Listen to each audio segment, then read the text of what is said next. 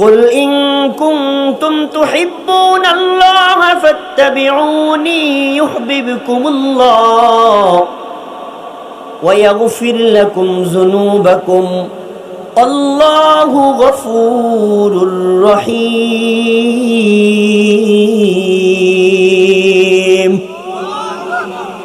আল্লাহ পাক রব্বুল আলামিন বলেন কুল ইন কুনতুম তুহিব্বুনাল্লাহ নবী আমার আপনি আমার বান্দাদেরকে বলে দেন ইন কুনতুম তুহিব্বুনাল্লাহ তোমরা যদি আল্লাহকে মহব্বত করতে চাও ভালোবাসতে চাও বলেন তো আমাদের একমাত্র সবচাইতে বেশি দরকার যে জিনিস সেটা আল্লাহর ভালোবাসার কথা বলেন ঠিক কিনা আল্লাহর ভালোবাসা ছাড়া আপনার আমার একটা সেকেন্ডও চলা সম্ভব না কথা বলেন ঠিক কিনা আল্লাহ যদি আমাদের উপর থেকে আল্লাহর ভালোবাসা 1 মিনিটের জন্য উঠায় নেন পৃথিবীর কোনো মানুষ নাই পৃথিবীর কোনো এমন কোনো শক্তি নাই আল্লাহ যদি আল্লাহর দয়া 1 মিনিটের জন্য 1 মিনিটও না যদি আধা মিনিটের জন্য উঠায় নেয় তাহলে পৃথিবীর এমন কোনো মানুষ নাই যে এই জমিনে টিকে থাকতে পারে কথা বলেন ঠিক কিনা মুহতারাম হাজিরিন একবার চিন্তা করে দেখেন আল্লাহ তাআলা যদি 1 মিনিট 2 মিনিটের জন্য শুধু 5 মিনিটের জন্য যদি আল্লাহ তাআলা কুদরতি অক্সিজেন বন্ধ করে দেয় তাহলে দুনিয়ার সমস্ত মানুষের হালত কি হবে আপনি বলেন তো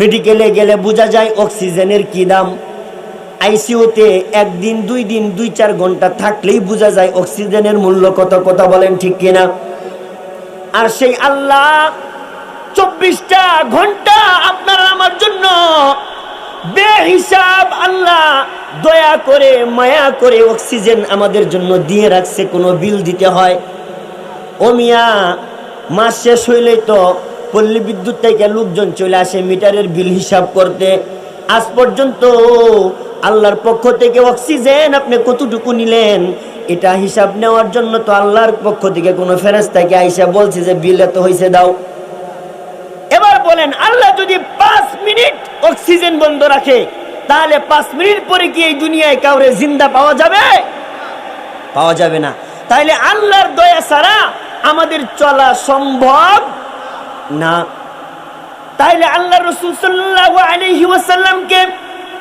আল্লাহ পাক রব্বুল আলামিন বলেন নবী আমার আপনি বলে দেন ইন কুনতুম তুহিব্বুনাল্লাহ যদি তোমরা আল্লাহকে ভালোবাসো আল্লাহকে যদি ভালোবাসতে চাও তাহলে ফাত্তাবিউনি আমি নবীর অনুসরণ করো আল্লাহকে ভালোবাসতে হলে বলেন অনুসরণ যার করতে হবে তিনি হইলেন আমাদের নবী তাইলে আল্লাহর ভালোবাসা আল্লাহকে ভালোবাসতে হলে আগে কি করতে হবে নবীর অনুসরণ করতে হবে রাসূলুল্লাহ সাল্লাল্লাহু আলাইহি ওয়াসাল্লামের অনুসরণ ছাড়া আল্লাহ পর্যন্ত পৌঁছা পৃথিবীর কোনো মানুষের পক্ষে সম্ভব না এমপি মন্ত্রীর কাছে গেলে তো আগে তার যারা পিএস থাকে তাদের যারা সচিব থাকে তাদের সাথে আগে পরামর্শ করে কথা বলে তারা যখন বলে তখন এমপি মন্ত্রী চেয়ারম্যান মেম্বারদের সাথে যোগাযোগ করা যায় কথা বলেন ঠিক কিনা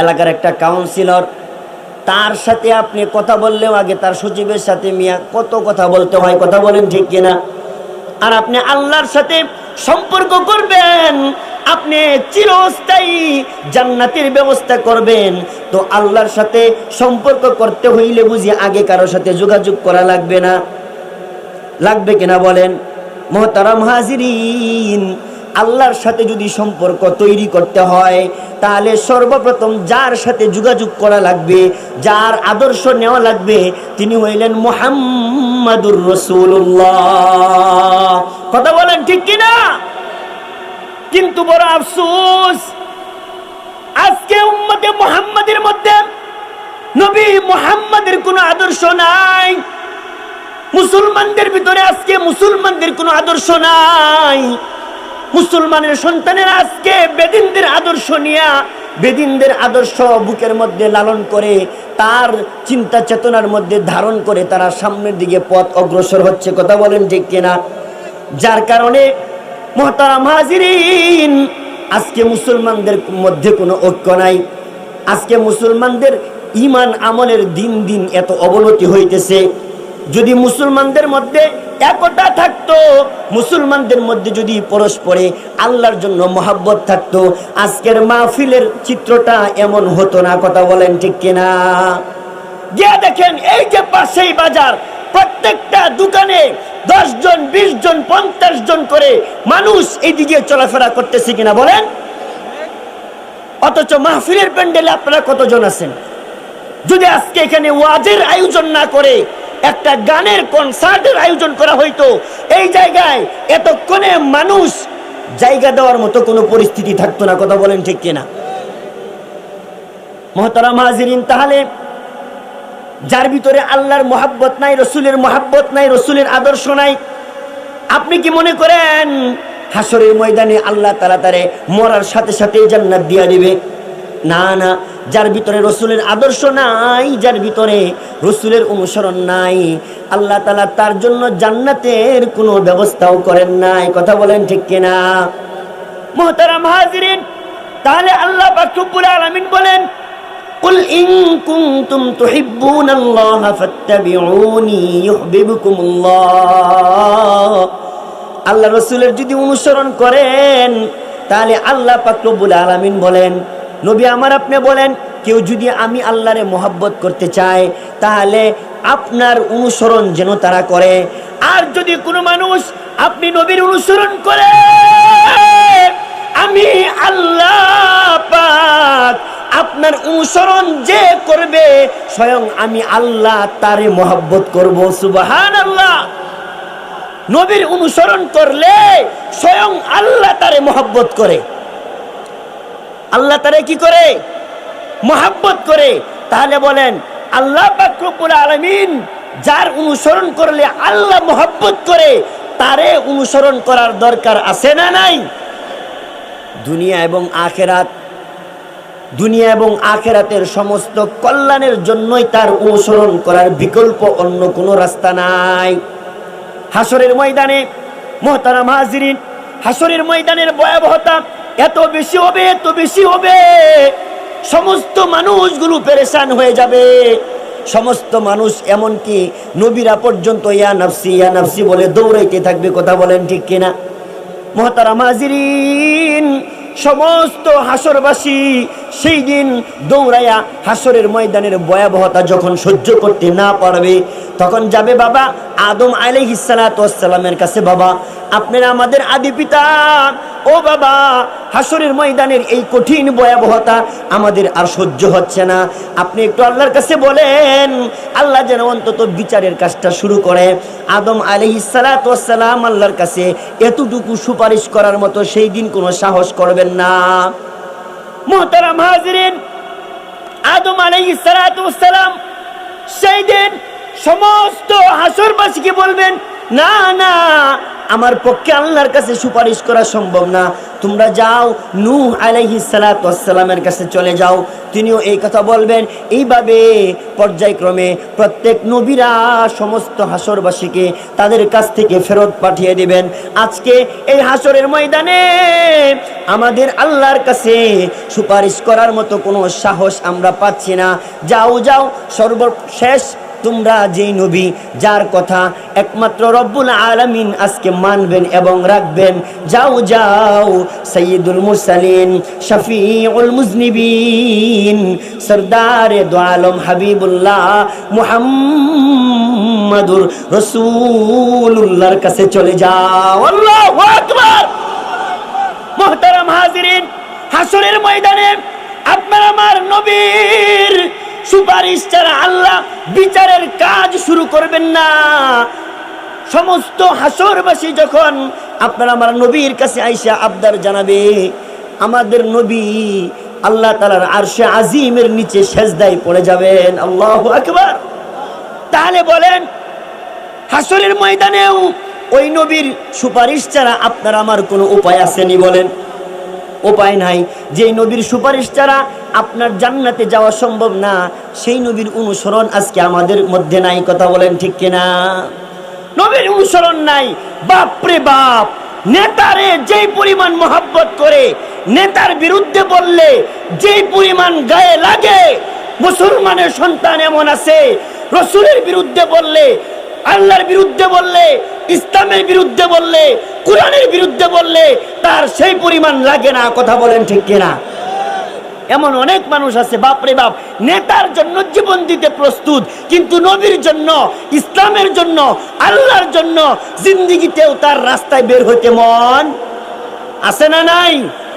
মোহতারাম, এখন একটা বকা দিয়ে দেখি, এক নেতারে নাম উল্লেখ করে একটা বকা দেই, দেখবেন 50 জন সামনে আমার বিরুদ্ধে এসে দাঁড়ায় গেছে। কথা বলেন ঠিক কিনা? অথচ এই দেশে মাঝে মাঝে কত নাস্তিক, কত মুরতাদ ইসলামের বিরুদ্ধে কথা বলে, রাসূলের বিরুদ্ধে কথা বলে, স্বয়ং আল্লাহ রব্বুল আলামিনকে নিয়ে কটূক্তি করে, তখন কিন্তু কোনো মুসলমানের সন্তান তার বিরুদ্ধে আল্লাহর পক্ষ হয়ে দাঁড়ায় না। কথা বলেন ঠিক কিনা? মোহতারাম হাজিরিন, যদি প্রত্যেকটা মুসলমানের মধ্যে ইমানি চিন্তা চেতনা এমন ভাবে থাকতো, আল্লাহর প্রতি, রাসূলুল্লাহর প্রতি, ইসলামের প্রতি যদি মহব্বত থাকতো, যখনই কোনো নাস্তিক উল্টাপাল্টা কথা বলতো আর সবাই সম্মিলিতভাবে দাঁড়ায় যাইতো, সাথে সাথে নাস্তিকের গর্দানটা তার দেহ থেকে আলাদা করে দিত। এই দেশে কোনো নাস্তিক ইসলাম নিয়া, নবী নিয়া, দিন নিয়া, কোরআন নিয়া উল্টাপাল্টা কথা বলার সাহস পাইতো না। কথা বলেন ঠিক কিনা? তাইলে আল্লাহ পাক রব্বুল আলামিন বলেন, আমাকে যদি মহব্বত করতে চাও অনুসরণ করবে কার? নবী মুহাম্মদুর রাসূলুল্লাহ সাল্লাল্লাহু আলাইহি ওয়াসাল্লামের অনুসরণ করতে হবে। তাইলে স্বয়ং আল্লাহ পাক রব্বুল আলামিন তারে মহব্বত করবে।